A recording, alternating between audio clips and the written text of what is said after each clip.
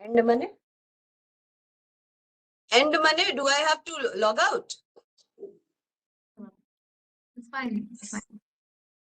Okay, then you start now, Anupma, as always. When we are going live. Okay. So may I have the profile video for National Water Mission before we start our 42nd water talk?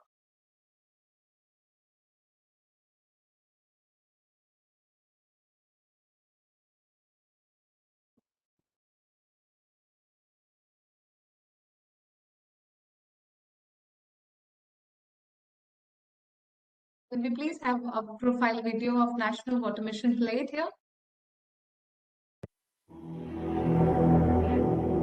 Gange च यमुने चैव गोदावरी सरस्वती कावेरी नर्मदे सिंधु जलस्मिन् सन्निधिं कुरु।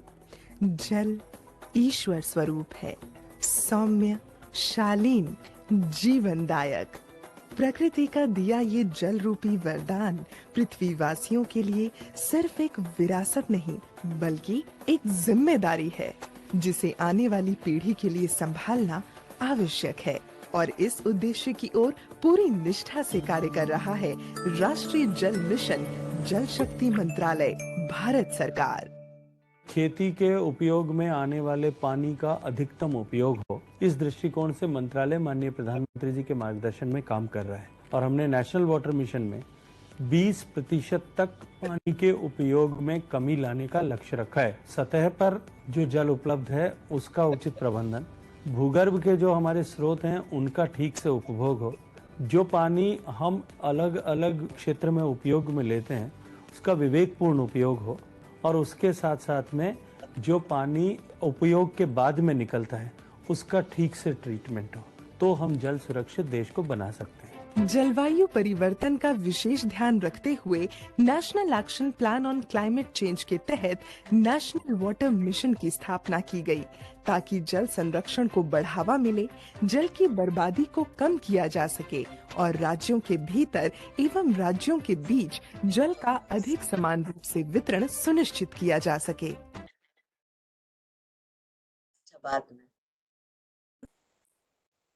Very good afternoon, everyone, and warm welcome to 42nd Water Talk, an initiative of National Water Mission, Ministry of Jal Shakti. And I'm Anupma, the director and editor of Water Digest, and we are happy to be part of this wonderful initiative of National Water Mission. We talk about water security, and we know that there are a lot of challenges in the water sector, be it urbanization, industrialization, decreasing per capita water availability, increasing demand of water across the sectors, be it domestic, agriculture, or industrial. Compounded by all this, we have inefficient water use, that too in all the sectors. You talk about the domestic sector, there also we have non-revenue water, the leakages and losses, they contribute to somewhere around 30 to 50%. Also, the best of the best command area development programs in the irrigation sector, we see that we get almost 30 to 50% of water use efficiency. So here, there is a lot of impetus on enhancing water use efficiency and understanding the importance of the same. Even Sustainable Development Goal SDG 6.4 specifically focuses on substantially increasing water use efficiency across the sectors. And like all other countries, India has also moved ahead and kept water use efficiency on forefront of its development agenda. And we have National Water Mission, which has one of its key goals of improving the efficiency of water use at least by 20%. So, a very thoughtfully planned water talk today. We have mainstreaming water use efficiency in India, need for pluralism in water governance, and who better to advocate than an advocate himself. And we are happy to have a wonderful speaker today who is Mr. M.S. Siddiqui, an advocate and founding partner, Indian Environment Law Organization, New Delhi. And to set the tone, before I hand it over to our key speaker, I request Ms. Archana Verma, IAS Mission Director, National Water Mission. ma'am, to kindly propose an opening address and set the theme for today's water talk. Over to you, Archana ma'am. So good evening, everybody. Hi, all those who are online. Thank you, Anupama, for according me the second opportunity of listening to another great speaker. So welcome, Siddiqui. He is the founding partner, as Anupama has already said, of ILO. And interestingly, I met Siddiqui in the 7th India Water Week. And there are some people with whom you just bond. So we bonded because both our, thoughts on the water policy is very similar. We both believe that, water cannot be seen in silos. It is nature's product. Nature doesn't believe in silos. And so that is why after and plus he also told me that he had a hand in the papers that we were making for constitution of National Bureau of Water Use Efficiency. Well, that didn't come through, but I'm very happy to report that on the 20th of October, we have constituted the Bureau of Water Use Efficiency as per one of the goals of the National Water Mission, which is to ensure 20% increase, as Anupma has already said, of the water use efficiency. But he was not satisfied. Immediately, my interest in him was piqued because he said, "Ye kya ma'am, isme to koi legal cheat hi nahi hai." So I said that no, you see, being an academic and an advocate, you would not understand the constraints that a practitioner has to face.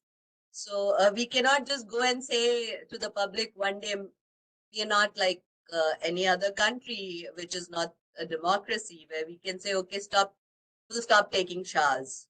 Showers is banned. So, water is a politically sensitive subject, which I told him, and it's more behavioral change we want. It's more through researches and, through technology that we want to ensure that water use efficiency is mainstream. And we also very much agree, Siddiqui and I, on the pluralism in water governance, because India is too diverse a country to have a one size fit all kind of solution. So it has to be plural, it has to be inclusive, it has to ensure that, the last mile is reached, because most of our policies, they have the problem of the last mile. So I will not say anything further because I'm sure you would be waiting to hear Siddiqui. So Siddiqui, over to you. Thank you. Thank you so much, ma'am. Deeply obliged for your kind words and extremely privileged to be here this afternoon. I think probably your approach to accommodating views such as those of lawyers is much more enabling than the frameworks themselves. So probably we need that kind of enabling leadership. I'll just share my screen and quickly begin with the presentation or the talk. So I'll keep in English. Probably that could be the best way. So mix of, I'm expecting and assuming that there would be few participants from other parts of the country. Hindi English mix bolo bhai. हाँ, mix कर लेते हैं. हाँ.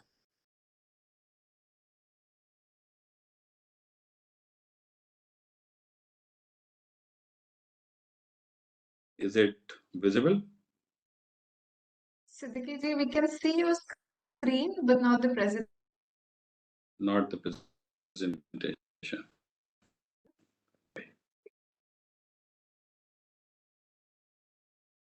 Is the presentation visible now?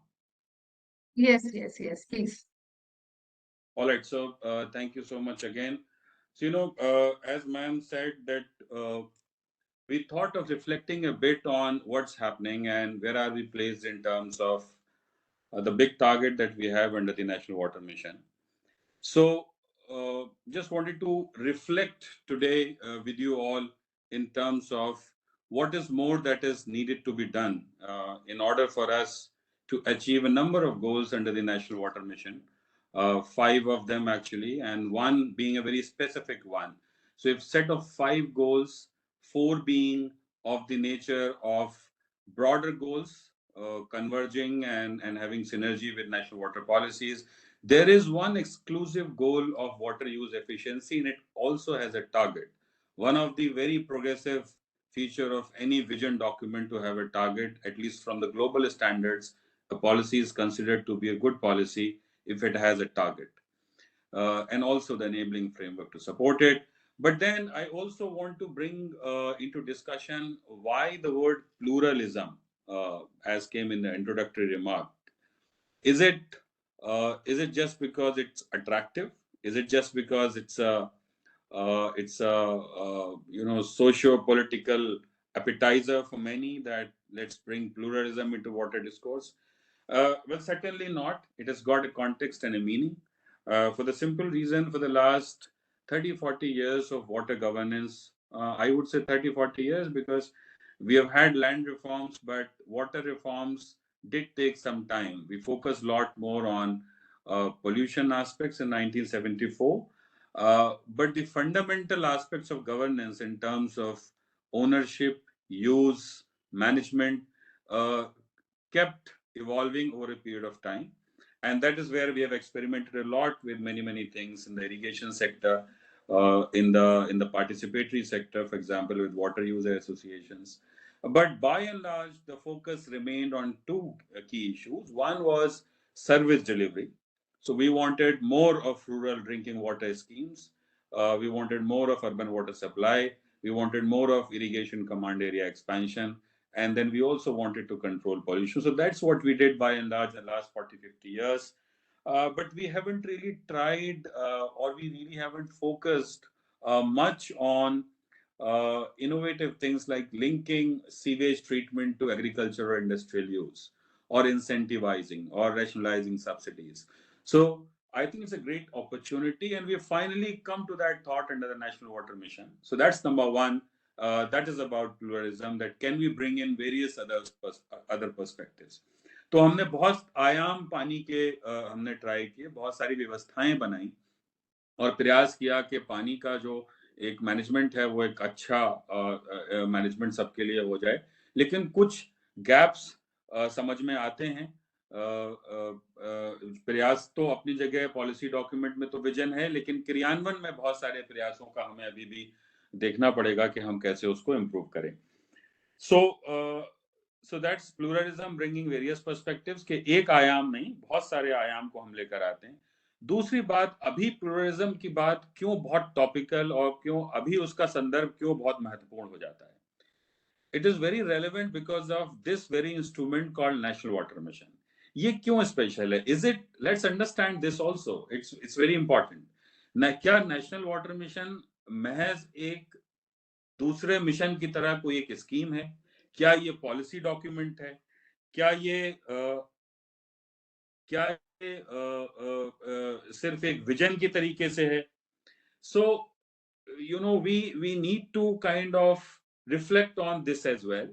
That National Water Mission, मैं आपको quickly बताऊं, National Water Mission is special in the sense कि ये national action plan for climate change के अंतर्गत वन ऑफ द 8 मिशन है। क्या मतलब हुआ इसका?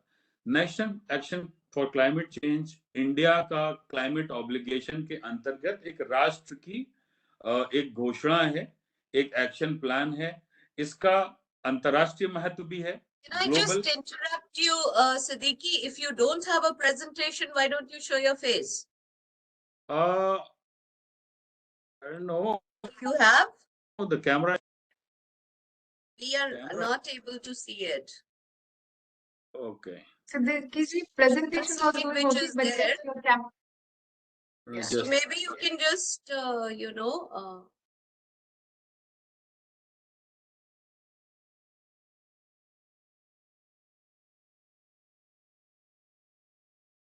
Can you share? Can you see my video now? you can transfer the ye through mail to Anupma, and maybe she can play it. Anupama, you I want to think do we that? have it. You want to do Yes, that? we have it. So that yes, would be yes, we better. have it. And you can keep on saying Yeah, we have next, it. next और आगे पीछे चल सकते हो. All Because right. ऐसे हाँ. तो अभी वीडियो आ रहा है नहीं आ रहा है? Video is there. So please close your screen. We will play it from our side. All right, I will stop Close your sharing. screen. Yes. I will stop sharing. Yes, stop sharing. Yeah. Okay. Can we share? Can we have Yeah, Mr. please. Siddiqui's presentation? Yeah. Can we have Mr. Siddiqui's presentation, please?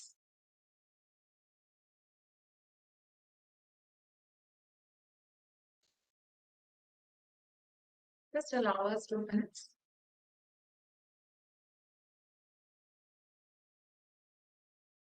So all right, so what I was saying was कि national water mission का महत्व इसलिए बढ़ जाता है कि ये ना सिर्फ इंडिया की एक स्ट्रेटेजिक पोजीशन है, इसको दर्शाता है, बल्कि it is tied up with triple obligations of India. 3 अंतरराष्ट्रीय महत्वपूर्ण संधियां हैं. एक क्लाइमेट चेंज की है जिसको हम UNFCCC कहते हैं. दूसरा United Nations convention on combating desertification है, जिससे पानी डायरेक्टली लिंक हो जाता है और जिसके अंतर्गत प्रधानमंत्री ने 26 लाख हेक्टेयर लैंड का रिवाइवल की घोषणा करी है, जिसमें पानी सेंट्रल रोल प्ले करेगा. आप लैंड रिवाइव नहीं कर सकते जब तक आप पानी मैनेज नहीं कर सकते. और तीसरा कन्वेंशन ऑन बायोलॉजिकल डाइवर्सिटी है, which is again an overarching convention. तो इन 3 कन्वेंशन के माध्यम से नेशनल वाटर मिशन इंटरलिंक्ड है भारत के अंतरराष्ट्रीय और राष्ट्रीय पहलू से, इसीलिए ये स्पेशल है. और it is not tied to any other mandate. So for example, it gives us a lot of room for innovative thinking. तो नेशनल वाटर मिशन हमें एक रूम देता है क्रिएटिवली सोचने का, and therefore the pluralism part becomes important. तो 2 चीजों पर रिफ्लेक्ट करेंगे. वाटर गवर्नेंस अभी तक कैसी रही है और इसमें क्या नई अपॉर्चुनिटीज हैं, और वाटर यूज एफिशिएंसी का क्या केस है. So I want to argue a bit in terms of why water use efficiency has a special case, and इसको हम पूरे वाटर गवर्नेंस के मैप में कैसे लोकेट कर सकते हैं.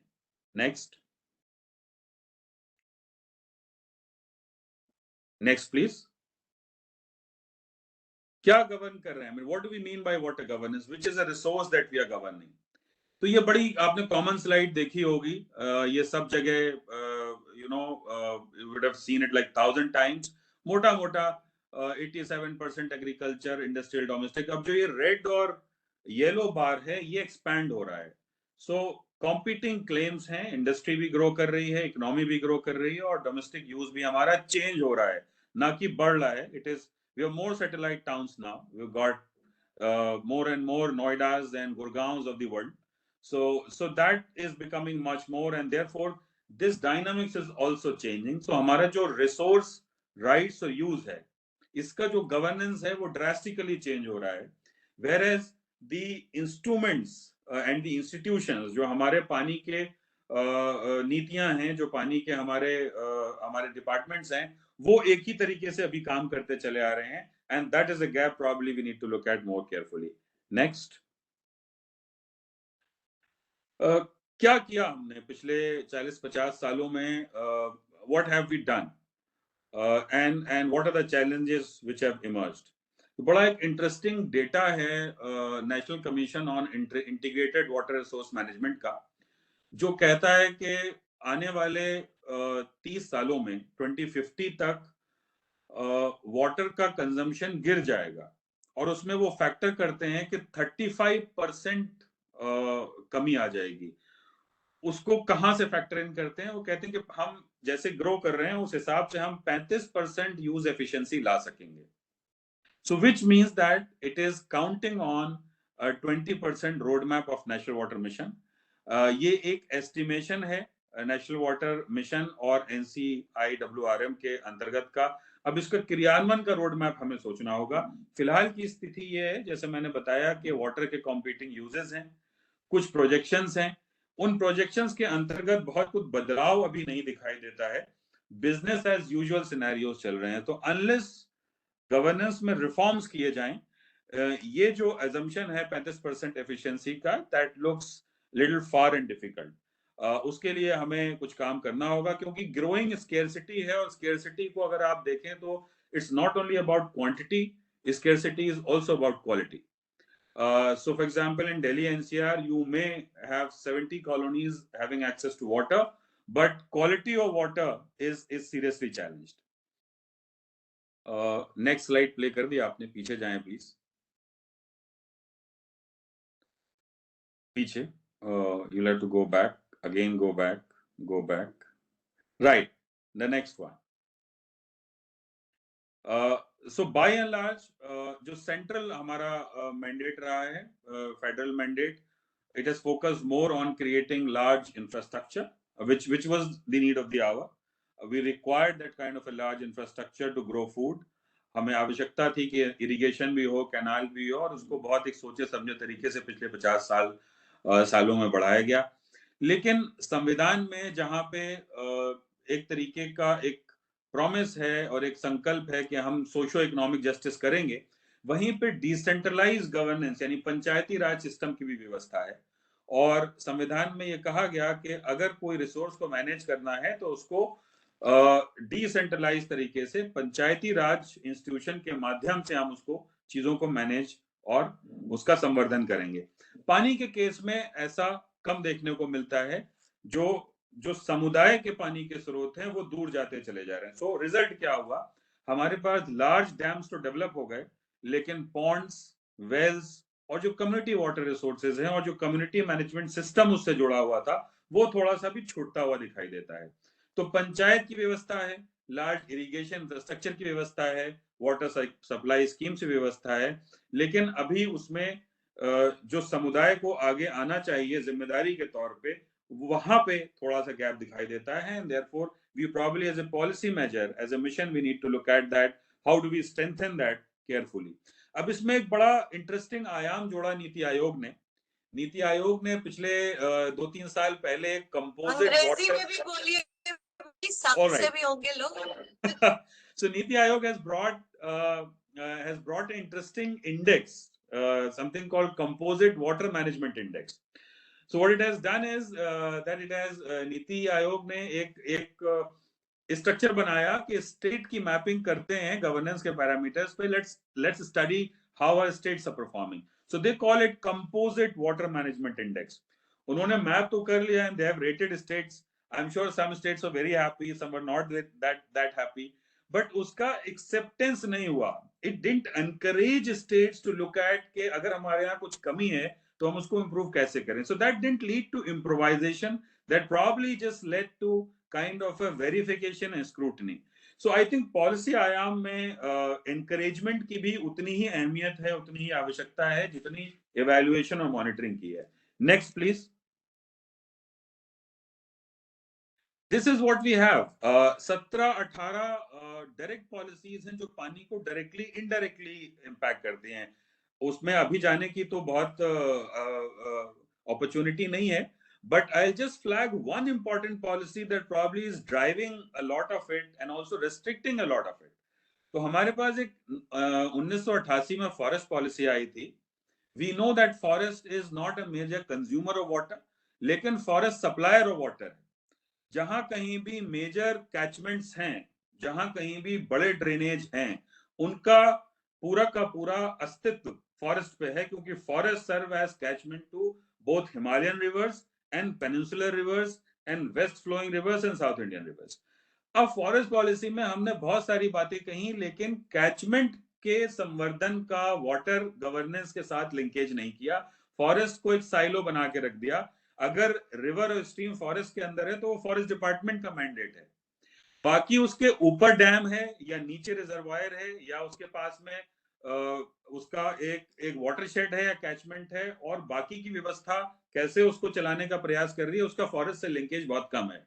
और हमें यह भी पता है कि अगर कोई प्रयास मनरेगा के माध्यम से कहीं से, if we try other schemes to take it to forest, it is not really easy. They have got their tightened laws in terms of wildlife protection law or the Forest Conservation Act. You require that kind of a permission to put a stone inside a forest boundary. So that's a policy which is really been not very enabling as far as water is concerned, and that probably needs a larger linkage.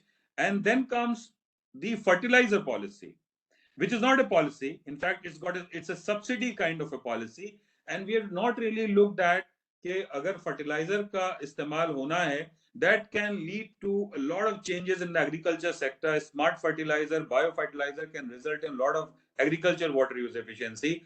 We have not really looked at how fertilizer dynamics can really change the crop choice, can really change the cropping pattern, can really influence farmers' decision to in terms of what to grow and not to grow.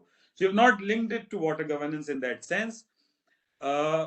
So under these policies, as I said, कि 20-25 नीतियां हैं, इन 20-25 नीतियों में बहुत सारे उद्देश्य, बहुत सारे नीतिगत जो डायरेक्शंस हैं, पॉलिसी डायरेक्टिव्स, वो बड़े काम के आ सकते हैं, लेकिन अगर एक बेटर इंप्लीमेंटेशन रोड मैप या गाइडेंस एनविसाज किया जाता और लिंकेजेस बिठाए जाते तो शायद ये पॉलिसीज ज्यादा इफेक्टिव होती. Next. These are the institutions. सब अपना अपना काम कर रहे हैं, बहुत अच्छी तरीके से कर रहे हैं. स्टेट के वेरिएशंस हैं, इरिगेशन डिपार्टमेंट से, म्युनिसिपैलिटी से लेकर के डिसेंट्रलाइज्ड इनोवेशंस हैं. कहीं पे पानी पंचायत बनाई गई हैं, कहीं पे भट्स हैं, कहीं पे उत्तर प्रदेश में जल सहेली का उभर के आया कि कम्युनिटी इंस्टीट्यूशंस हो सकता है. Water user associations by and large again land centric हैं. तो अगर मेरे पास लैंड नहीं है तो मेरे पास पानी भी नहीं है, तो वो इक्विटी और जस्टिस का यहाँ पे वाटर यूजर एसोसिएशंस के साथ आयाम आ जाता है. So therefore we have these institutions, but probably these institutions can put together their energies to look at to mobilise finance. अभी तक हम we are caught up with service delivery, we are caught up with lot of water infrastructure, with lot of promises, but we have not really explored कि हमने finance का आयाम, we have not really explored how to bring in lot of resources to make water more, you know, facilitative and easy and effective and efficient. So something that we need to look at. Next.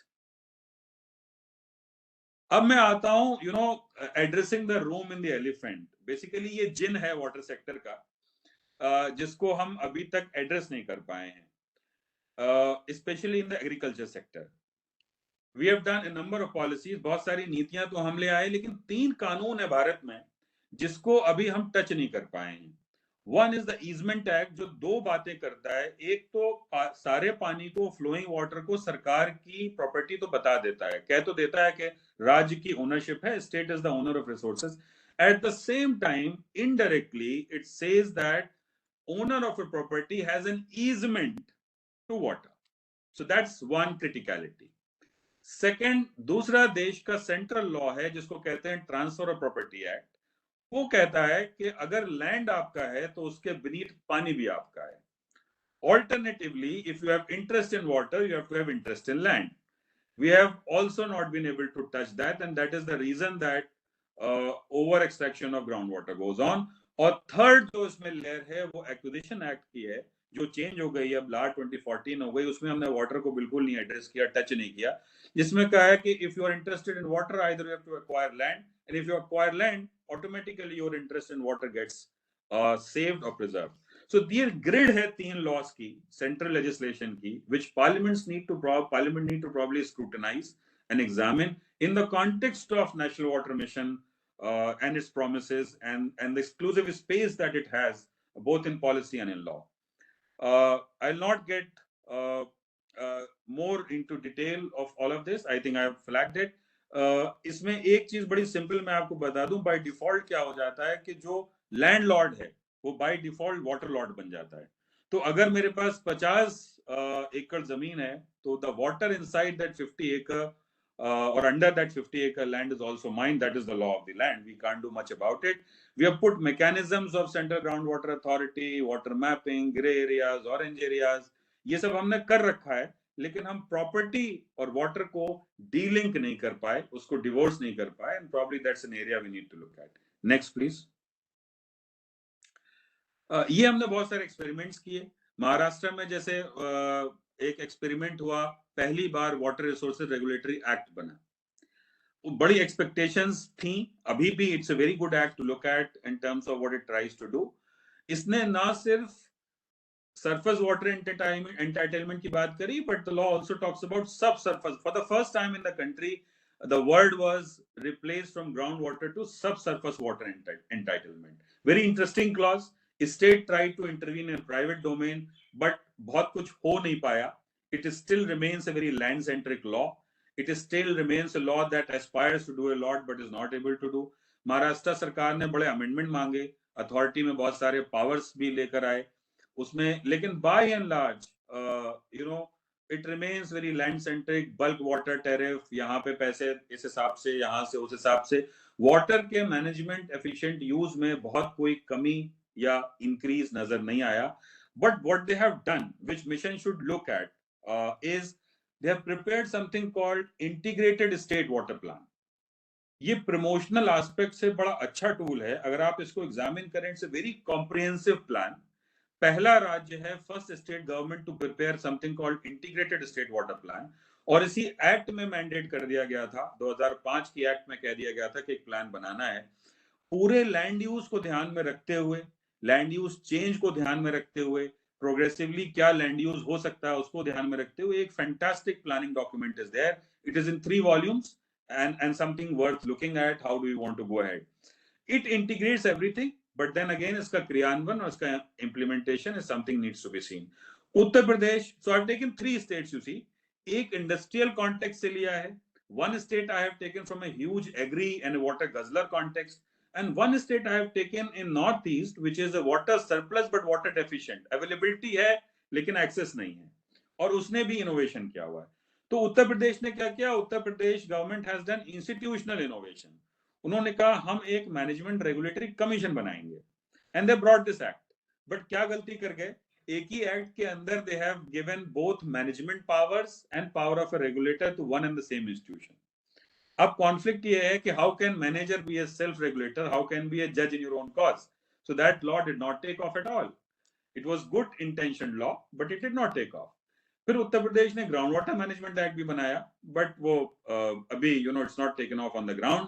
There is new Uttar Pradesh water policy. This is the old one I have documented. That one is a draft stage. उसमें कुछ नई नई बातें आई हैं. I was involved in drafting that water policy, and therefore when it is officially launched we will probably talk about it. Meghalaya again एक state है जिसने basin management agencies को एस्टैब्लिश किया. We can look at the model. It's a very good model कि कैसे basin के level पे communities को आगे रखे water. So in terms of governance ये कुछ एग्जांपल्स हैं कि राज्य अपने अपने स्तर पे कुछ एक्सपेरिमेंट्स इनोवेशन कर रहे हैं. These probably can also inform water mission. Next please.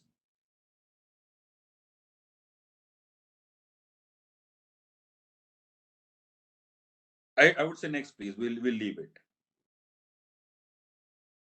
Let's come to the core, which is one small component of pluralism out of many things we need to talk about and look at.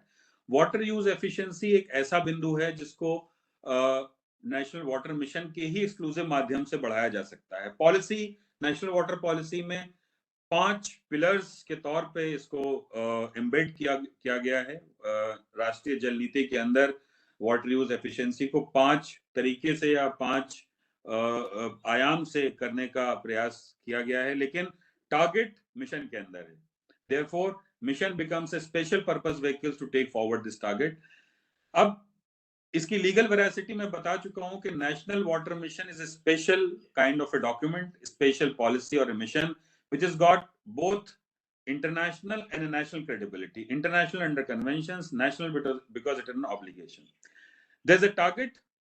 Though there was a time frame, as I recall, there was a time frame of 2017. We might take another time frame. That's okay to take another time frame. But the target is there, and then it can be worked out. In the global policy practice, कोई भी ऐसा document जिसमें target हो और time frame हो, it is considered to be a top of the line instrument because it motivates. तो 3 features होते हैं किसी भी अच्छी पॉलिसी के: मोटिवेशनल हो, इनेबलिंग हो और इम्प्लीमेंटेशनल हो. ये तीनों आयाम नेशनल वाटर मिशन में हम देख सकते हैं. Next please. So now why talk about efficiency? ऐसा क्या है जो water efficiency से change हो जाएगा? You see, so far जैसे मैंने बताया कि water governance पिछले 40-50 साल में इस तरीके से थी, जैसा टेक्स्ट है ऐसे नहीं थी, उल्टा इसको कर दीजिए ऐसे थी. So it was sufficiency will eradicate deficiency, and efficiency was not figuring out. तो हमने क्या किया? बड़े large structures बनाए, डैम्स बनाए, वाटर इरिगेशन स्कीम्स बनाई और का सब जगह पानी पहुंचाएंगे, and a promise of a social welfare state to take water everywhere to every citizen, etc. That's what we focused on. लेकिन नेशनल वाटर पॉलिसी एक पैराडाइम शिफ्ट लेकर के आई। नेशनल वाटर पॉलिसी ने कहा कि let's address deficiency, deficiency should inform efficiency and efficiency should lead to sufficiency. Putting people first, कि अगर लोग deficiency को अपनी efficiency से कम करेंगे, if they save more, they waste less, probably it will lead to efficiency, and that efficiency probably will result in sufficiency. That's the trajectory of the national water policy, that let's try and focus in terms of how it can be done in a decentralized way rather than a centralized way. Broadly हमारे पास क्या है in terms of availability? This is the domain of scientists. Lawyers don't have much to say in this. Scientists can comment के कितनी rainfall है, कितना availability है, कितना runoff है. But by and large, common sense कहता है कि अभी जो if you read all the climate action plans of all the states, they are saying one common thing कि extreme rainfall बढ़ गई है. All they are saying is कि rainfall तो होती है 20 दिन 25 दिन में होती है, लेकिन 15 दिन में pour down बहुत ज्यादा होता है. What it leads to lot of runoff of the soil, and it leads to flood events without contributing anything to water or to soil. अगर soil runoff हो गया, पानी भी ज्यादा चाहिए, availability भी कम हो जाएगी पानी की. So therefore this is where we are. Therefore efficiency becomes lot more important in terms of conserving and storing. Next please. Water use efficiency परिभाषित नहीं है. हम लोग क्यों बात करते हैं फ्रॉम द कितना और देरी है? I have to leave at 5. All right, I'll just take 5 more minutes and then conclude. Okay. So क्यों बात करते हैं वाटर यूज एफिशिएंसी की परिभाषित होनी चाहिए? What happens in the resource parlance that if you don't define a resource or if you don't define a tool to manage that resource, it is subject to individual variations, scientific interpretations and the leadership. तो क्या होता है कि for example forest restoration, अभी हमारे पास कोई indicator नहीं है. So a forest officer goes and restores a forest as per his understanding of area, degradation and the level to which it has to be restored. अगर efficiency के मापदंड आ जाते हैं कि what do we mean by water use efficiency, to what level and what sector, then I think common standard आसान हो जाता है. Next please. There is a constitutional premise, as I said. राष्ट्रीय जल नीति में 5 fold echoes हैं. पहला, राष्ट्रीय जल नीति में water use efficiency as a principle है. दूसरा, डिमांड साइड मैनेजमेंट स्ट्रेटेजी है. तीसरा, इसको प्राइस मैकेनिज्म बताया गया है. चौथा और इंपॉर्टेंट बताया गया है कि कोई भी बड़ा प्रोजेक्ट अगर आप प्लान करते हैं, water use efficiency has to serve as a planning standard and it has to have efficiency benchmark. So जहां पे देश में फंडामेंटल राइट टू वाटर है, there is a fundamental right to conserve water. Therefore, water use efficiency is an important fundamental duty that needs to be mainstreamed as such, in the various programs and promotion. Can we come to the last slide now? Just come to the last slide. Leave all of this. I think we made before thank you. No, iske baad. Yes. So, we made enough case. We can keep talking about which institutions are doing in which way, what kind of guidelines are there, हम क्या कर सकते हैं. Lot of area can evolve.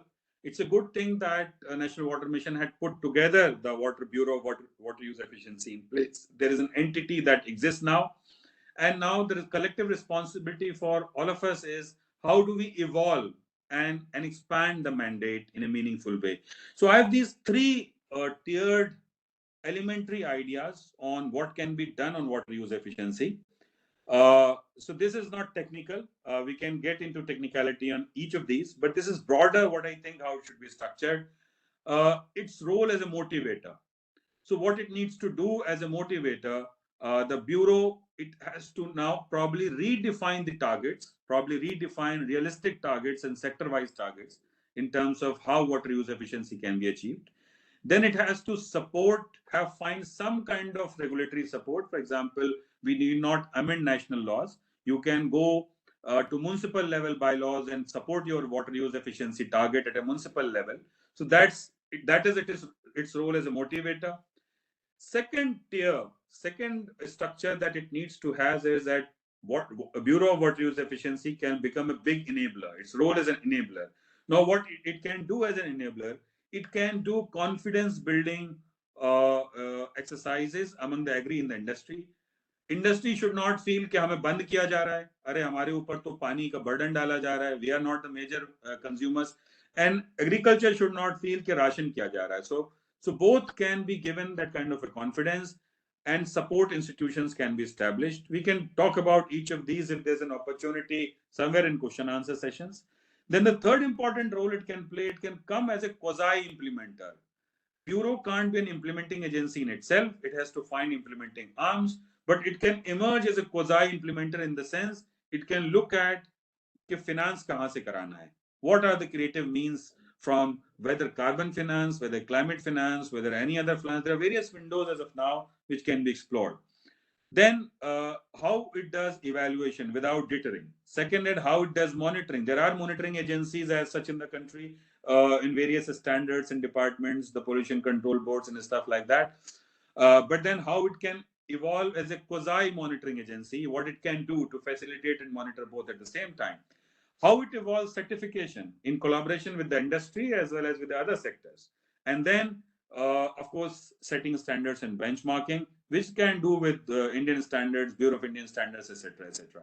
So I think its role as a three-tiered institutions working in three verticals will be worth looking at. These are just the elementary ideas, and happy to expand it if there's an opportunity. So I think I'll shut up here and leave the forum to all of you. If there are any questions, happy to answer.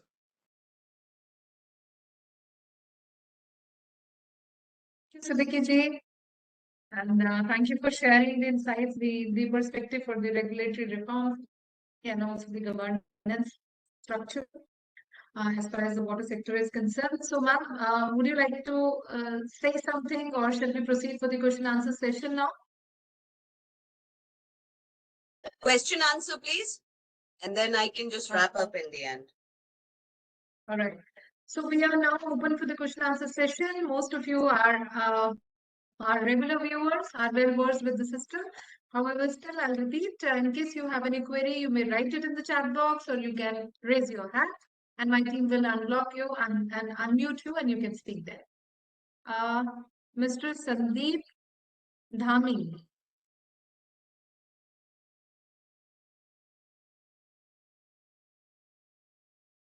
Can we please unmute Mr. Sandeep Dhami? Thank you, Mr. Siddiqui, for your nice presentation and complete insight on the topic. We just want to understand, like there is a electricity regulator, gas regulator is there, but water regulator is not yet there in India. When I visited in African countries like where Kenya and other countries are having the water regulator, but for India there is no water regulator. So what is our thought process on that? If we put that, I think it will create lot of means these problems will immediately resolve. Should I comment or should I take more questions? Siddiqui, No, no, I please think I answer. should be the one commenting on this. Yeah, so can I, or do you want to hear from Siddiqui? He may say something radical, and I'm a government servant. No, please go So ahead. can I reply to you? If you permit me.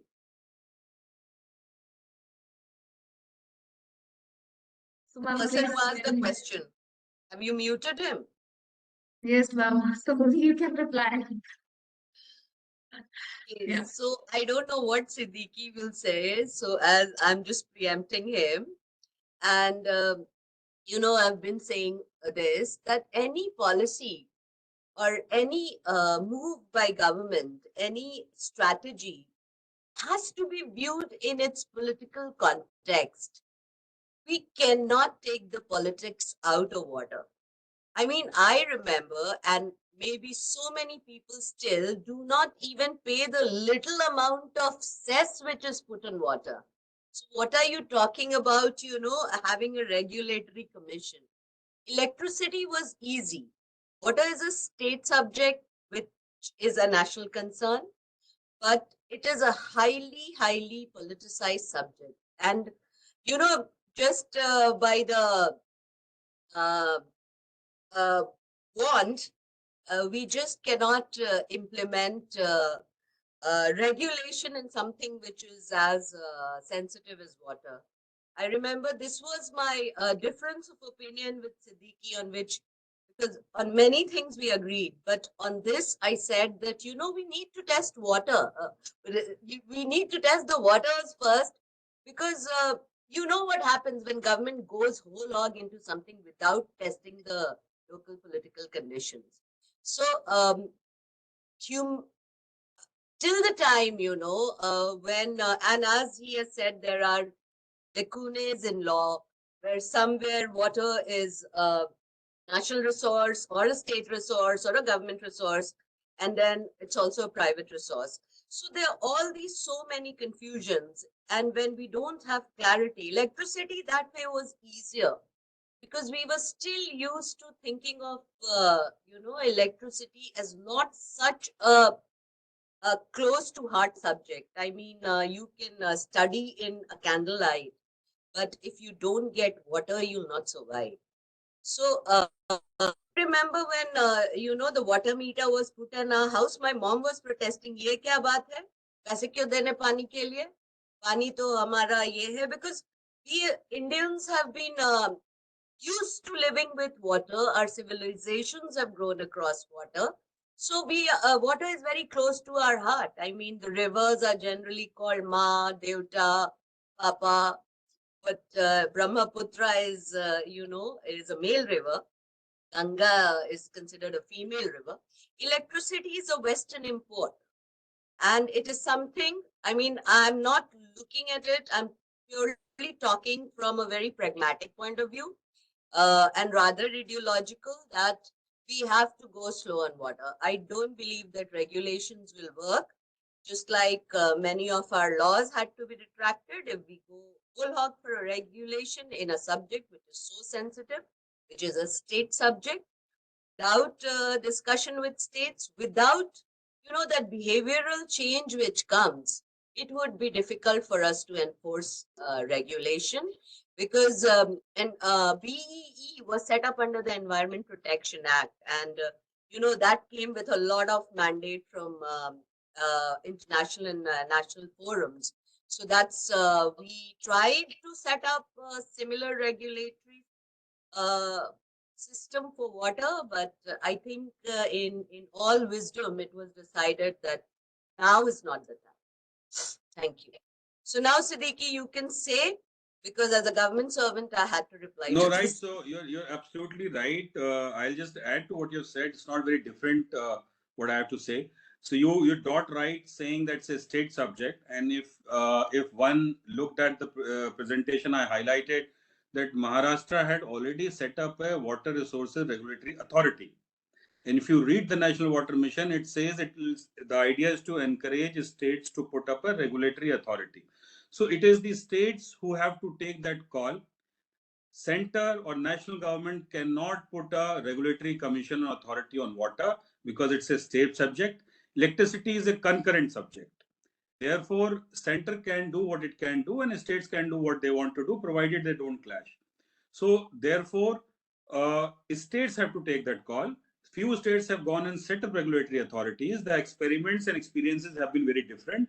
As ma'am very rightly said, that's a sensitive issue. It has not worked. So, in our country, things work very differently. We need to be looking at more in an enabling way than in a regulatory manner. We have experiences of this pollution control boards, which were big regulators with lot of powers. You can see by yourself what is the state of rivers. So therefore, I think there's a need for a very different paradigm, which ma'am very rightly said, that both as a issue of culture and as a sensitive issue, political issue, there needs to be a much more different outlook to looking at water and regulating water. So that is what I have to add. Africa is different. The countries are different, and we have a very different socio-political context.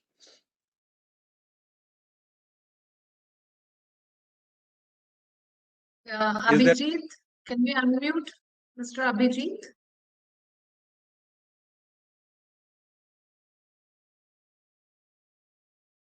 Mr. Abhijit, may I request you to kindly unmute yourself?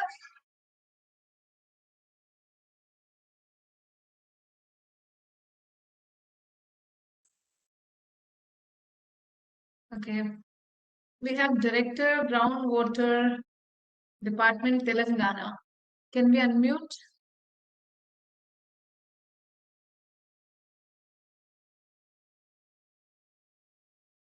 May I request you, sir, to kindly unmute yourself?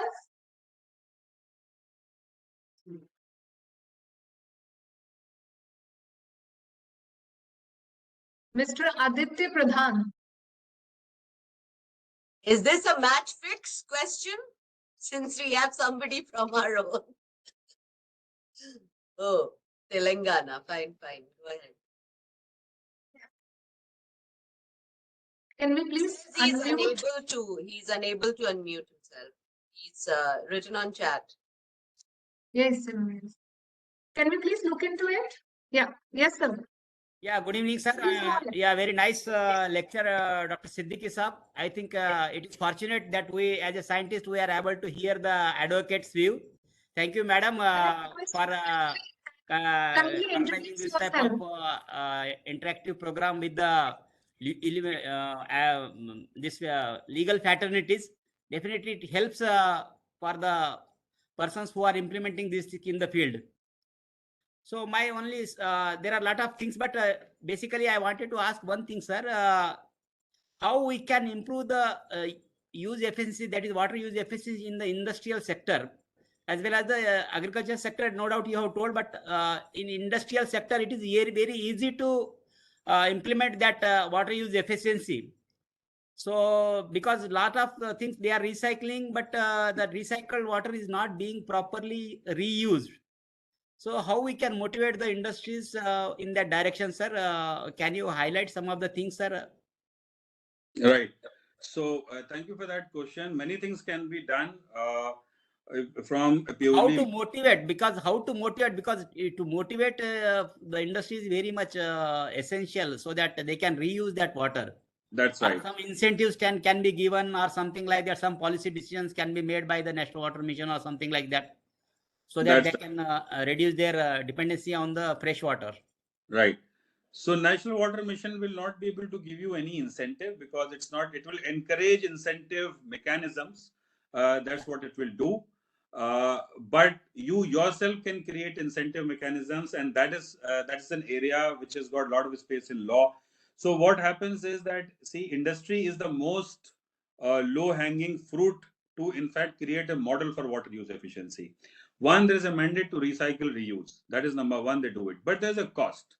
So industries are discouraged by the very fact that this is an additional burden on them as far as profits are concerned. So why should one do it unless it is profitable? And why should one do it unless there are incentives, apart from the regulatory pressure and apart from the, the whack of the law?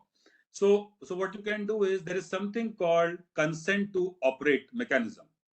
Now, State Pollution Control Board has got a lot of funds from the green compensation, which is coming to them out of the litigation. They have this big corpus of thousands of crores deposited in their account. They are supposed to spend it not for any other thing, but for creating sustainability in the entire sector.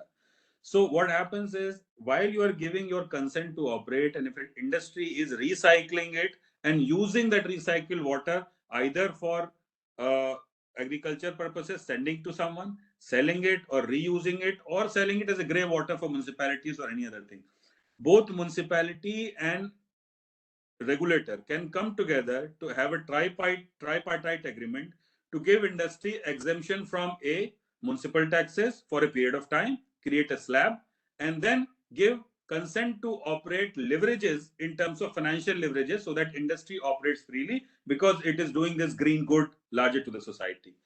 If you want more explanation, we can connect separately. There's a whole framework which can be evolved from the legal spaces that exist. Dr. Jitendra Sinha. Dr. Jitendra Sinha, you may please ask your query. Kindly unmute yourself. Yes, please go ahead. Am I audible, ma'am? Yes. Yes, Dr. Yeah, Sinha, please thank you go very ahead. much. Thank you very much. Good evening to all of you. Sir, we have had a really very good presentation regarding this legal issues and government policies are concerned. But being from this field of soil and water engineering, in your presentation, you also mentioned about the catchment treatment and scenarios. But my question is, my concern is that for this catchment characteristics, catchment treatment, and so many other works, my humble request is that professionals should be engaged for that particular kind of work. The professionals who are MTech in soil and water engineering or soil and water conservation engineering, because these are the people who actually deals with the hydrologic, hydraulic, and structural design so far as the structures in catchment treatment concerned. But in situations we have seen that from agriculture department, the people from agronomist or soil scientist, they are doing such kind of job. So how can we expect a quality of work in catchment treatment when the professionals themselves are not employed, and rather than the person from other streams are employed? A carpenter we are expecting from a carpenter to do the job of an electrician. It's not good. One issue is, sir. Second issue is regarding the mining. So first one is very clear, sir, regarding if some policies can be framed out, some instructions from me given from the central body that very professionals of that particular field should be engaged in that kind of work, because that's one of the key to enhance the quality of work. Second question is, sir, regarding this groundwater issues, regarding this mining issues, because we have seen so many mines where indiscriminate mining is going on, and it is rather touching the groundwater, it is touching the aquifer.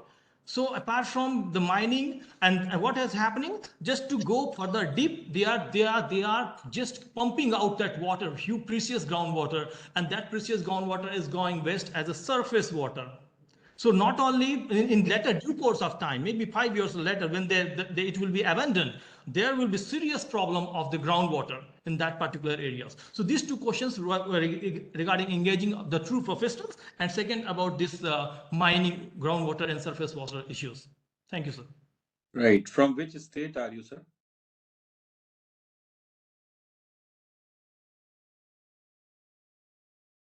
They are muted once they ask the question. Yeah. So you. All right. No, so I just wanted to know, for the simple reason that catchment area treatment is different in different states. So it's by way of two things. A, if there's a project, then CAT happens. It is by way of a CAT plan. Otherwise, it happens proactively. Wherever it happens in two ways, what all that needs to be done is you need to have a standard operating procedure in place. If you don't have it, tell your state government to have a standard operating procedure wherein only the expert soil scientists have a say in terms of how CAT needs to be done. This is more of a departmental functioning rather than a question of a water policy or a law. So the department has to decide in terms of who can do it best. So that's number one. Mining, there is already a framework in place in terms of how mining has to happen. If you are seeing that there is incessant and unsustainable mining happening, please look at the requirement of a mining plan. It needs to be done through a proper mining plan, which discourages any kind of exploitation of any other resource.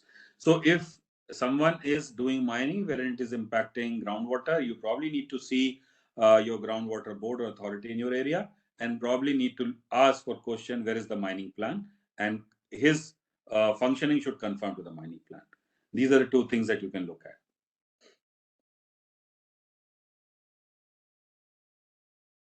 Siddiqui, I'll also read out one query, which is from Mr. Atul. He asked, which specific policy gives framework for making rural wastewater reusable?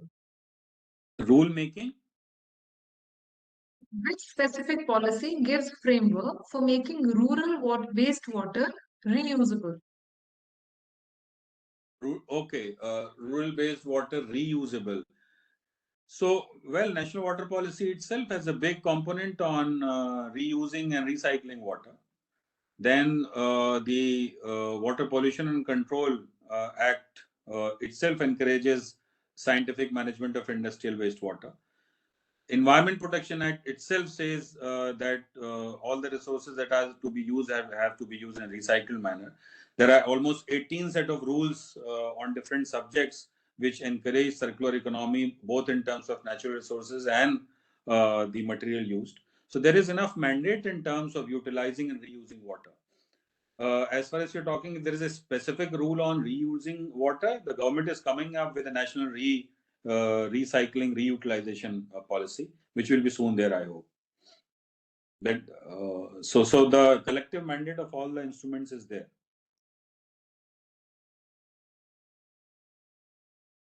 So we couldn't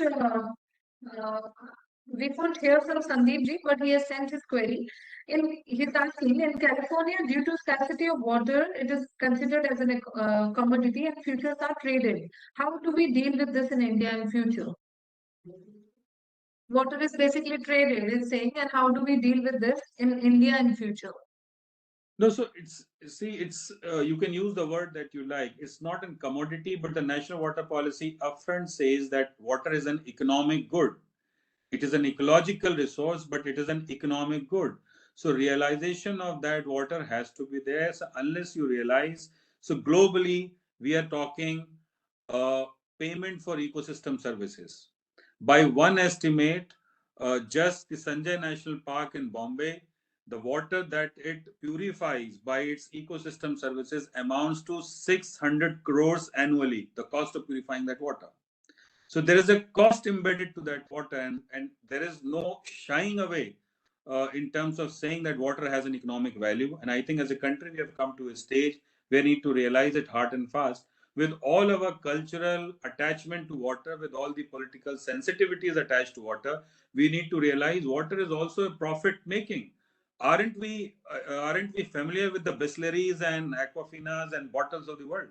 Aren't we familiar with the large water bottling plants that are operating? Aren't we familiar with industries who are making lot of profits on water, whether it is textiles and others? Our entire sustainable, there is a cost. Let's not shy away. As a developing country, which has put a lot of progressive things in the public domain, let's accept water has got economic value, not to demonize its economic value, saying it can be traded, so on and so forth, but appreciate it and try and balance it equitably wherever we can.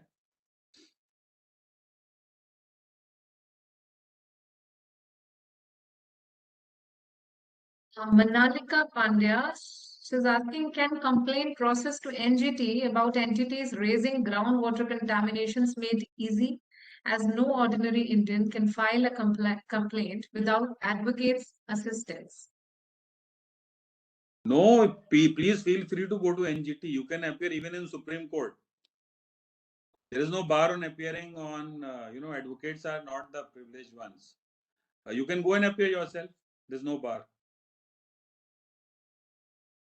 Can we unmute Mr. R.S.N. Sharma?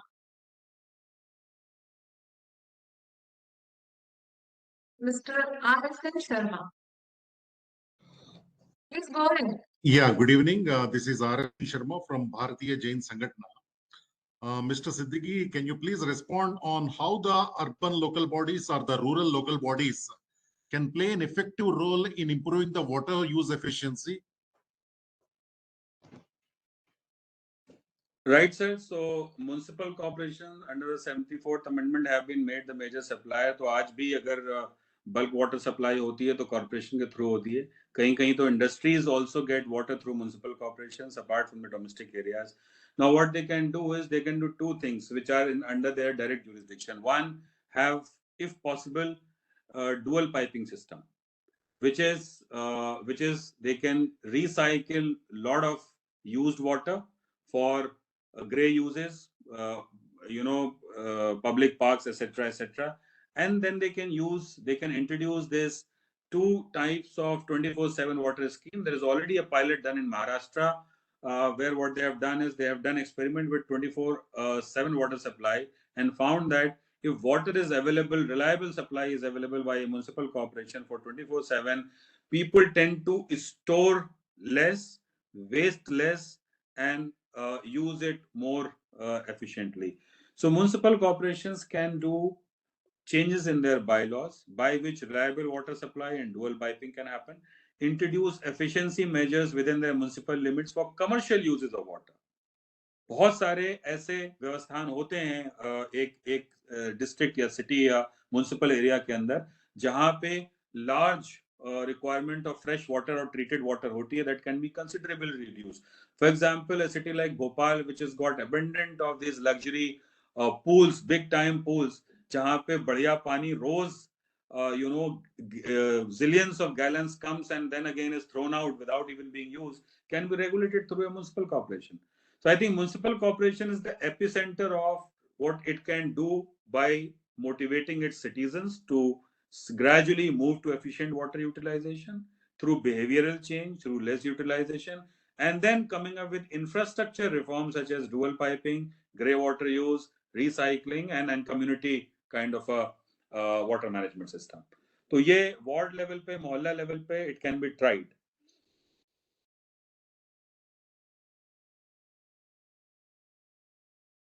Kapil Sharma ji is asking, can government calculate and monitor the consumption, water consumption by the industries? Can they do it online? And can it be, yeah. It's already being done. It's already real-time water use data management by many industries in the industrial zones is a mandatory thing. It's already been done. आप गुजरात में बहुत सारी industrial zones में water use is being regulated and monitored. वो तो Central Groundwater Authority का mandate है 35,000 kiloliters से ज़्यादा अगर आपकी permission है. If you need more water than is stipulated, it is being monitored how you have used. There are these real-time monitors. There is this mandate to display how the entire industrial area water is being utilized, and so a lot of it is being already there. I think probably we need to look at also the good practices, not only look at that industry is using guzzling. No, they have also invested in a lot of these good practices in terms of CPTs, in terms of SCPTs, in terms of recycling water. There are industries in coastal areas जिन्होंने 15-15 kilometre की पूरी pipeline बिछा रखी है in terms of taking not only water from their premises, but taking water from others' premises, integrating it into their main stem pipeline, and then taking it to a facility where it can be treated. So I think we also, as a developing country, there are limitations. Economy and industry and players are struggling because the money and the technology is expensive, and that is where the role of this international collaboration comes in. But it is not the case that in country we are completely in a denial mode. We have gone and tried to do things, and we're trying things in many areas. Examples of real-time monitoring, regulation in water extraction industry, as well as recycling are abundant and they exist.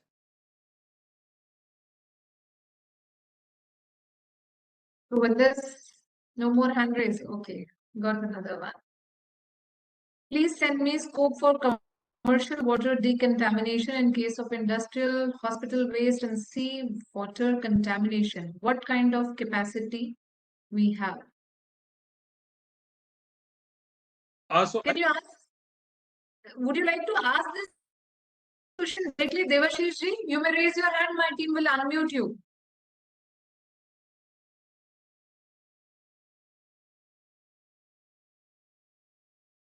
Devashish ji, you can unmute yourself. Ask it. Yes, please go ahead.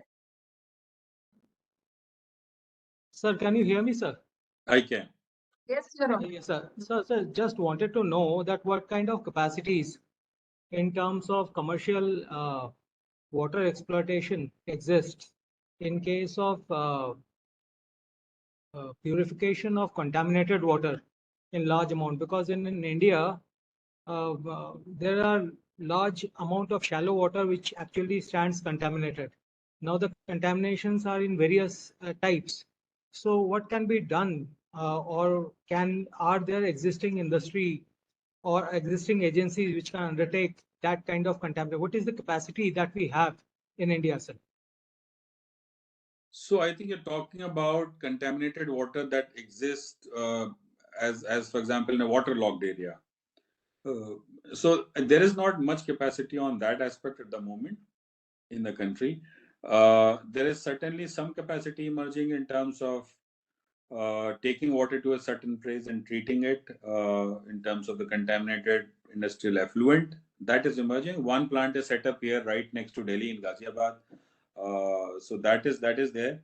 But contaminated water due to arsenic or due to any other hazardous pollutant as a waterlogged area or as a discharge or the seepage canal or for over-exploitation due to over-exploitation of groundwater, that capacity is severely lacking. I think that is an area where we need to work on, both the regulators as well as the water management institutions need to look at. So we severely lack in that area.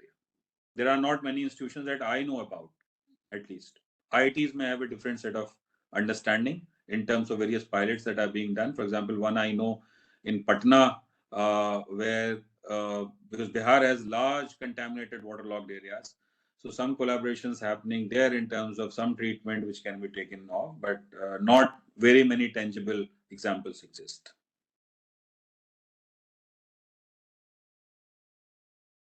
Swapna Patel, how will the Bureau of Water Use Efficiency promote innovative technologies that improve efficiency? Well, in a similar way, the Bureau of Energy Efficiency has done. It has encouraged people to buy fancy appliances, but with star ratings. You can have a very big fridge in your home, but it's very attractive to have a 4-star rated fridge, and people have gone about it. Everybody wants very the fancy lighting, but we have gone about having all CFLs and all energy saving lighting in our homes and everywhere else.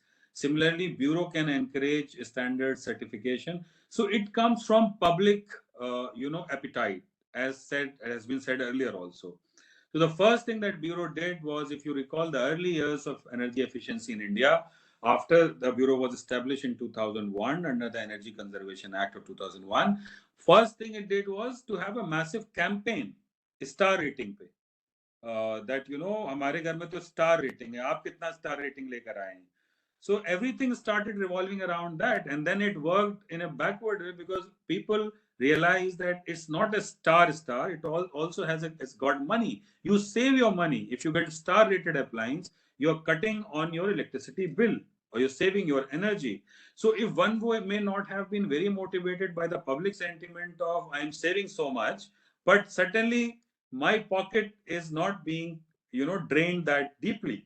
So I think Bureau has a model already. Water is a very tricky subject, but I think there are ideas around where Bureau of Water Efficiency can, in a big way, stepwise, go ahead in terms of creating a campaign, motivating it, and then bringing in such kind of standards which gel very much with people's sensitivities. There are cities which are charging huge amount of water, so that dual pricing, water tariff and water tax. If you come in with the efficiency measure and say if you use only this much of water, your water bill is going to be abated or reduced this much as a starting point, I think it's going to be attractive. These are the things which Bureau can encourage as innovative measures, and I think, I'm sure with the current leadership, it is going to encourage and do that. Archana, would you like to add something here? Yeah. I think right now, as Siddiqui has said, that we've just notified the Bureau of Water Use Efficiency, and we are in the process of preparing a framework, because it's not a regulatory authority right now. It's just a small group of 6 people who have been taken out of the CWC and been placed under the National Water Mission. As Siddiqui has said, that one of our thoughts is blue labeling, star rating of products and services. Like we feel very, very proud if we use LED bulbs, but we don't have such standards in water. So one is that blue labeling of products, that this product is water efficient, which may encourage people to buy. Then maybe, regulatory frameworks in government. Like I remember we have this, that all government buildings have to have, solar panels and solar, So similarly, we can go in for mandatory use of sensor taps, which is there in my building. And I've seen that it really makes you consume less water. So regulations wherever possible, wherever there is appetite, as in Siddiqui's word, to absorb, and we can also mandate regulation.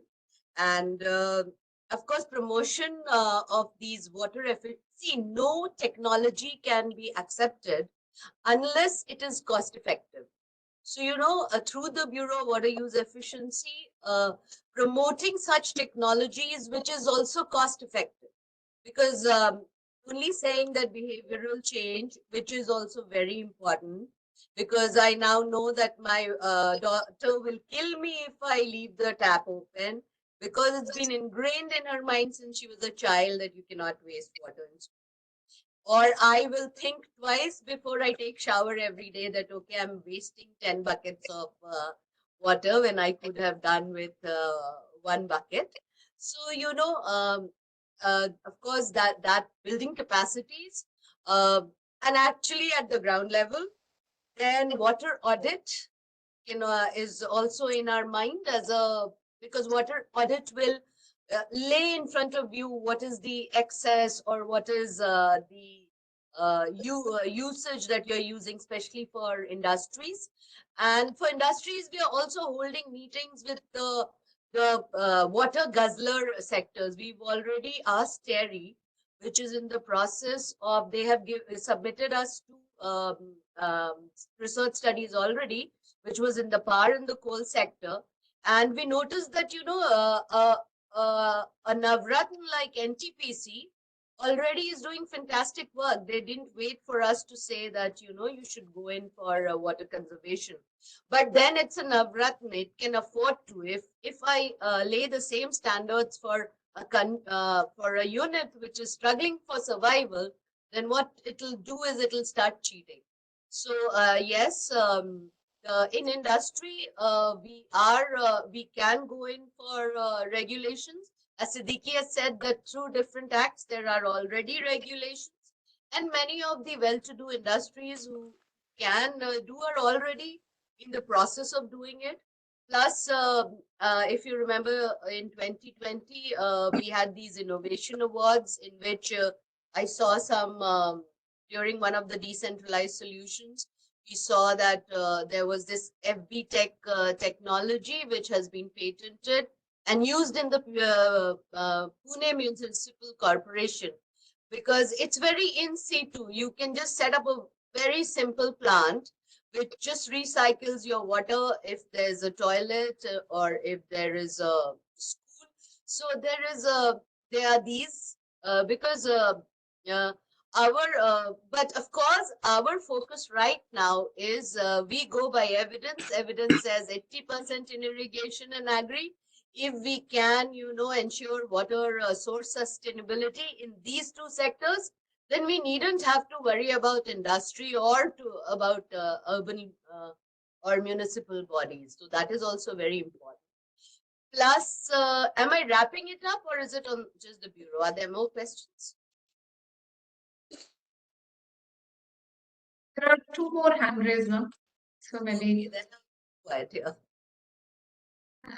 Okay, ma'am. Also, as I come from the communication and being communication side, so being the communicator of the water sector, I'll say that there also had been some very successful case studies wherein such equipments, some smart water meters, they have actually brought down the consumption of water, especially like I do recall one of the case studies of Spain, wherein the communication strategies were such that people were encouraged to kind of reduce their per capita water usage. And of course, it took time, maybe 12 years, 13 years, 14 years, but there was good reduction from 150 to somewhere around 99 ml this per capita usage. So of course, now I feel that even communication strategies will have a big role to play when we talk about behavioral changes or any such developments in the as far as the establishment of the bureau in concerned.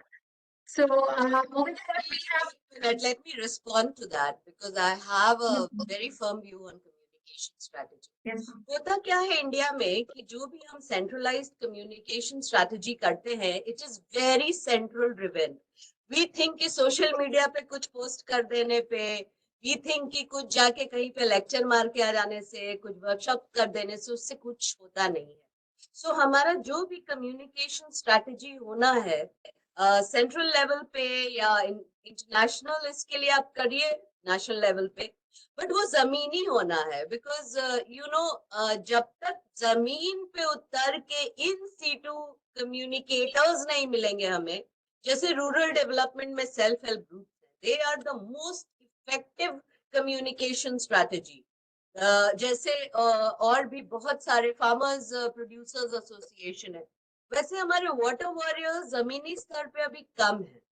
तो हमें उन communication strategy में हमें focus करना होगा कि एक तो वो वर्नाक्युलर में हो, वो लोकल हो, और वहाँ के जो ये है लोग जो लीडर्स हैं, जो लाइक पंचायत ड्रिवन हो या सेल्फ हेल्प ग्रुप ड्रिवन हो, क्योंकि अदरवाइज जो हमारा नेशनल लेवल पे कम्युनिकेशन स्ट्रैटेजी होता है उसका मैंने देखा है कि बहुत जमीनी स्तर पे ज्यादा असर होता नहीं।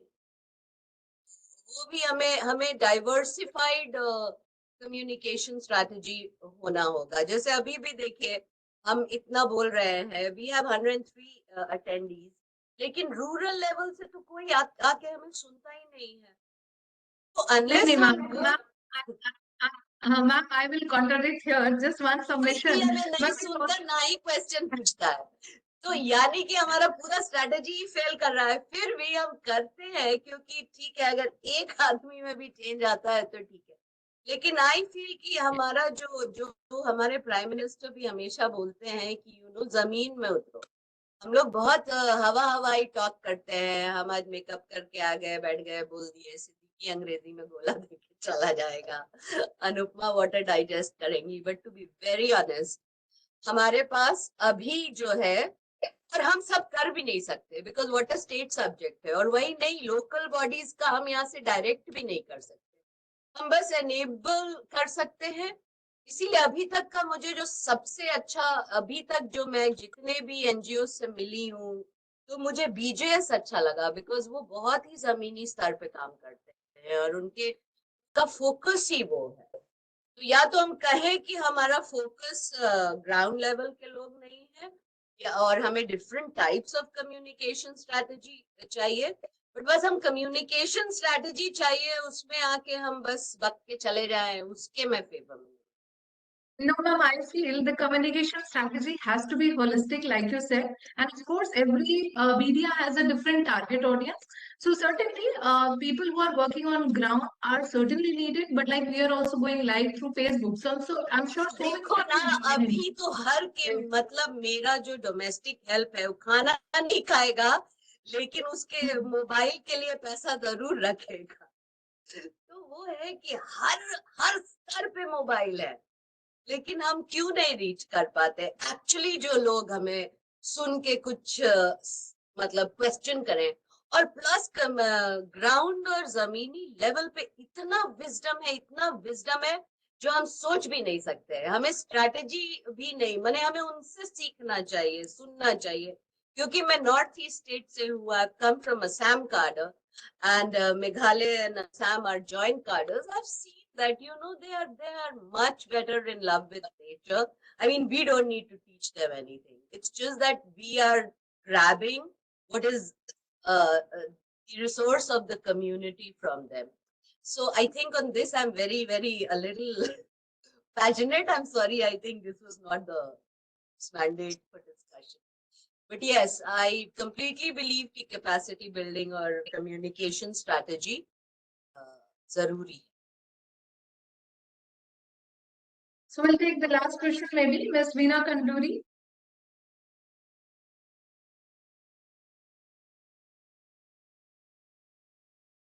Can you please unmute Ms. Veena Kanduri?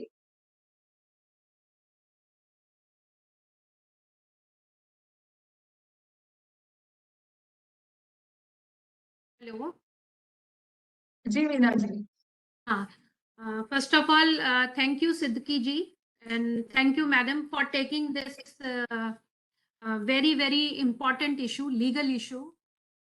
और अभी जो कम्युनिकेशन की बात चल रही है, हम बिल्कुल आपसे सहमत हैं, क्योंकि पानी एक ऐसा सब्जेक्ट है जो कि एक स्टेट स्पेसिफिक सब्जेक्ट है और उसमें हर स्तर के लोगों की भागीदारिता बहुत जरूरी है।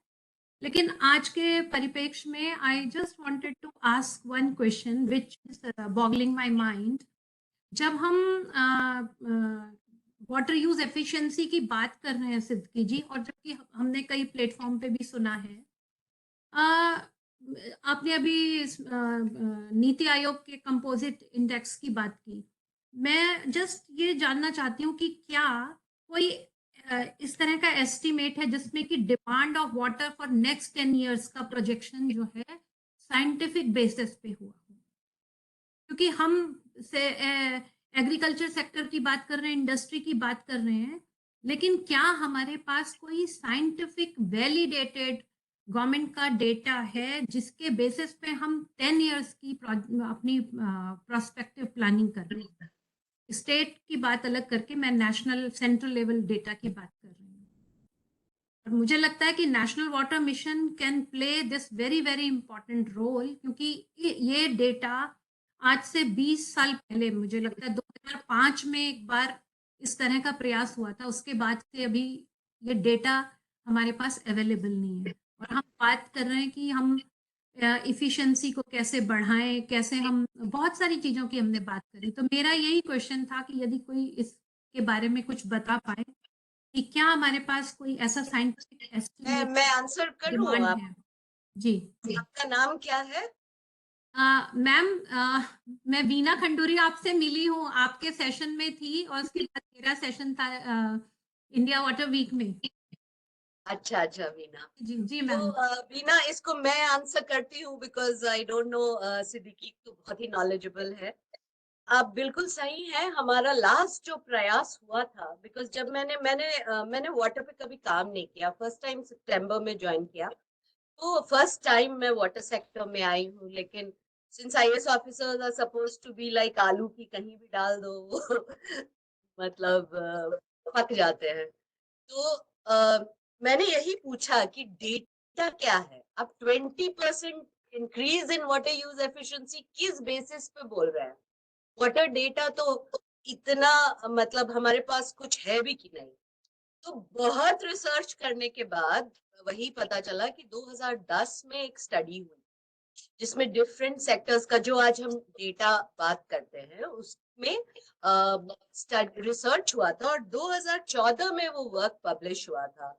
उसके कुछ मैं आपको बता देती हूँ कि उसमें जो 20% इंक्रीज है वो कहाँ से आया है। सो हम जो 2014 का रिसर्च है उसमें वाटर यूज और क्वांटिटी में, इरिगेशन में हम 339 BCM billion cubic metre quantity ये करते हैं यूज। ग्राउंड वाटर में 218 बिलियन क्यूबिक मीटर यूज करते हैं, और हम अर्बन वाटर में 33 बिलियन क्यूबिक मीटर यूज करते हैं। रूरल वाटर में 10 बिलियन क्यूबिक मीटर यूज करते हैं। इंडस्ट्री में सबसे बड़ा पावर गजलर है, पावर इंडस्ट्री, उसमें हम यूज करते हैं 56 बिलियन क्यूबिक मीटर। और अदर जो एनवायरमेंटल जो होते हैं अवेलेबिलिटी, और उसमें हम 54 बिलियन क्यूबिक मीटर। सो हम अराउंड 710 बिलियन क्यूबिक मीटर 2014 में यूज कर रहे थे। और उन क्यूबिक मीटर के जो एफिशिएंसी लेवल है, उनका जो प्रेजेंट एफिशिएंसी लेवल्स था, और उसके बाद कोई स्टडी इंटीग्रेटेड नहीं हुई टू फाइंड आउट, उसमें था कि इरिगेशन में हम इरिगेशन के सरफेस वाटर में हम 30% पे हैं एफिशिएंसी पे, और ग्राउंड वाटर में 55 है। अर्बन वाटर में हम उस समय 60% एफिशिएंसी पे थे, रूरल में 70 में थे, एंड इंडस्ट्रीज में हम ऑलरेडी 80% एफिशिएंसी पे थे। और उसके बाद तो फिर जो फुल अचीवेबल एफिशिएंसी, जो बिकॉज हम हवा में तो एफिशिएंसी क्रिएट नहीं कर सकते, उसके लिए man power, human resource, infrastructure, capacities, बहुत चीजें होनी होंगी। तो उस समय जो प्रोजेक्शन हुआ था उसके अकॉर्डिंग इरिगेशन में अगर हम बढ़े बहुत अच्छी तरह, फुल अचीव करें तो 60% तक जा सकते हैं। ग्राउंड वाटर में करें तो 75% तक जा सकते हैं। अर्बन और रूरल में 90% एफिशिएंसी ला सकते हैं, और इंडस्ट्री में 95%। लेकिन जो उस समय के 2010 के जो, और या 2014 में जब ये रिपोर्ट पब्लिश हुआ, तो फुल अचीवेबल एफिशिएंसी जो था वो था कि आप जो सरफेस वाटर में कर सकते हैं जो स्कोप है इंक्रीज का ओनली इरिगेशन में सरफेस वाटर में 30 है, ग्राउंड वाटर में 20 है, अर्बन में अगेन 30 है, रूरल में 20 है, इंडस्ट्रीज में 15 है। सो अगर हम ये सारा करते हैं तो हम अराउंड 710 में 156 बिलियन क्यूबिक मीटर वाटर हम सेव कर सकते हैं अगर हम ये जो स्कोप फॉर एफिशिएंसी है इसको हम अगर इम्प्रूव करते हैं तो। And 129 billion cubic metre. इसी तरह से ये जो डेटा है यही इसी डेटा पे अभी हम स्टक हैं। अभी हम जितना भी अपने इसमें जाते हैं कॉन्फ्रेंसेस में और इन सब में, तो ये वाटर यूज एफिशिएंसी का ये बेसिक डेटा है जो NCI-WRD ने 2014 में निकाला था। और सेंट्रल एजेंसीज का ये डेटा जो है कि 4000 बिलियन क्यूबिक मीटर हमारा रेनफॉल है और जो हम यूज करते हैं 1123 बिलियन क्यूबिक मीटर हम यूज करते हैं, जिसमें 690 बिलियन क्यूबिक सरफेस वाटर है and 433 billion cubic metre ground water है। हाउएवर हमारा ये है कि अगर हम इसी तरह से डिमांड साइड इंक्रीज करते रहे तो हम 710 बिलियन क्यूबिक से चले जाएंगे 850 इन 2025 और 1180 BCM चले जाएंगे 2050 पे। तो हमारा अभी हम वाटर स्ट्रेस लेवल पे है। आपको पता होगा कि एक बहुत फेमस साइंटिस्ट ने एक लेवल निकाला है, तो हमारा अभी जो पर कैपिटा वाटर अवेलेबिलिटी है, पर कैपिटा रियल में पर कैपिटा अवेलेबिलिटी नहीं है, लेकिन जैसे हम इसको कंप्यूट करते हैं वो ऑलरेडी 1700 से नीचे चला गया है वाटर स्ट्रेस में। 1000 से नीचे it is projected to go by 2050, which means कि हम वाटर स्कैर्स हो जाएंगे if we are going the way we are going। तो इसमें अगर हम सरकार के नजरिए से देखें तो बस अगर हम एग्रीकल्चर, बायोडाइवर्सिटी, इरिगेशन में जो 4 टाइप्स ऑफ एफिशिएंसी है, on farm efficiency, instead of irrigating the field if we just irrigate the plants like जो ड्रिप बोलते हैं, स्प्रिंकलर बोलते हैं, तो तभी भी हम बहुत वाटर सेव कर लेंगे। तो ये सब कुछ बेसिक डेटा है, लेकिन अभी NWIC जो हमारे यहाँ जो IT विंग है और IT ऑर्गेनाइजेशन है, इन लोग पूरा वाटर डेटा पे वर्क कर रहा है। ग्राउंड वाटर डेटा रिपोर्ट तो अभी रिलीज भी हुआ है, जिसमें अटल भूजल योजना के तहत और CGWB ने कभी बहुत अच्छा रिपोर्ट है यहाँ पे पीछे रखा हुआ है, उस रिपोर्ट में भी आपको स्टेट वाइज बहुत अच्छा डेटा है। सो डेटा है, लेकिन प्रॉब्लम यही है कि इंटीग्रेटेड नहीं है और हम कुछ ही दिनों में जल्द ही एक total GIS enable data system ये है, ये अभी जस्ट रिपोर्ट निकला है।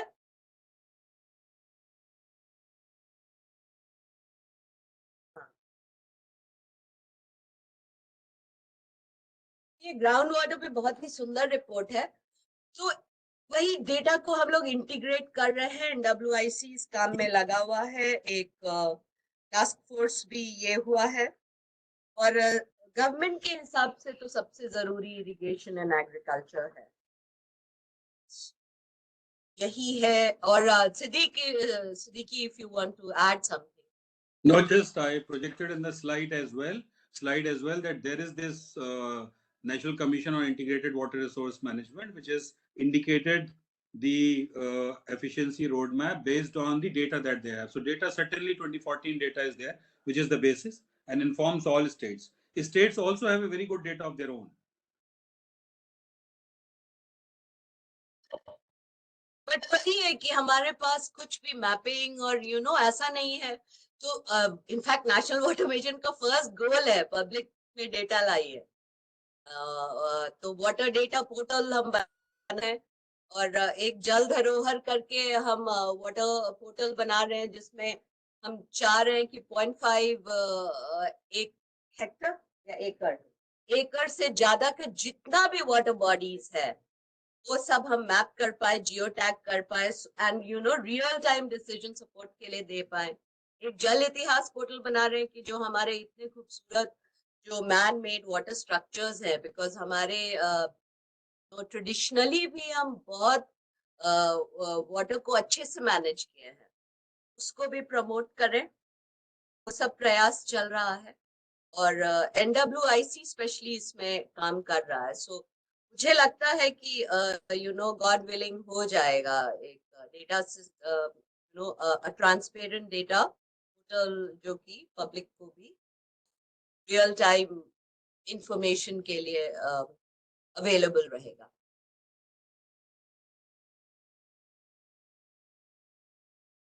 No more queries, and I think with this we come to the end of the Q&A as well. Anything specific from your side, Ashna ma'am? Maybe you can further share. Otherwise, we'll close the session now. First of all, I would like to thank Anupma, because in every you know in every session I say कि तुम्हारा communication strategy जो है वो reach क्यों नहीं कर रहा है लोगों को अभी तक, but that doesn't mean that I don't value the kind of you know effort that you make, and I think Water Digest बहुत अच्छा काम कर रहा है। and सिद्दीकी का तो मैं क्या बोलूं, thank you so much। पहले तो मैं खुश हूँ कि तुम मेरे तरह सोचने लगे हो धीरे धीरे नहीं तो काफी यू नो वो स्नॉब टाइप था, क्या हुआ है ये वाटर मिशन, क्या तो ये model synergies खोल रखा, जो हम सोचे थे वो तो हुआ नहीं। अगर आप जो सोचे वो हो जाए तो हम अल्लाह ही हो जाएंगे। These are over to you. No, thank you. It's absolute privilege, and thank you, Anupama. So thank you everyone, and I'm really glad. I always say this, that you know, you ask anybody, these water talks have become popular only because of your presence and contributions. I have a challenge to take it to the maximum level. Yes. People don't have mobiles in villages. I want everyone to watch us live from Facebook, and they are pretty active. Couple of them we are connected to. So yes, let's be together. करके आती हूँ, इसका कुछ तो फायदा उठा। So basically, we really want you people also, whosoever have joined us from here, from this portal or from Facebook, maybe you can pass it across to as many गांव people में as ले जाइए possible. भाई, गांव में ले जाइए, शहरों में ले जाइए, नहीं तो हमारे Yes. बकबक करने का कोई फायदा नहीं है। So, and you definitely add value to the overall program being so interactive, and because that's why I think the extension for the Q&A session also, so that even if, like Archana ma'am said, if we change if we bring change in one person, I think this is successful. And if we have reached 42nd water talk, so I'm sure there are many more people whom we have connected with. Look forward to making the numbers doubles and triples and many more if such talks keeps going on. So thank you so much. Thank you for your contributions. And I think we'll see you again next month, 3rd Friday of December. So look forward to your presence and interactions. Thank you so much, Ashna, for the opportunity. Thank you, And thank you for Anupma. the teaching. Lovely, always seeing you. Thanks a lot. Thank you.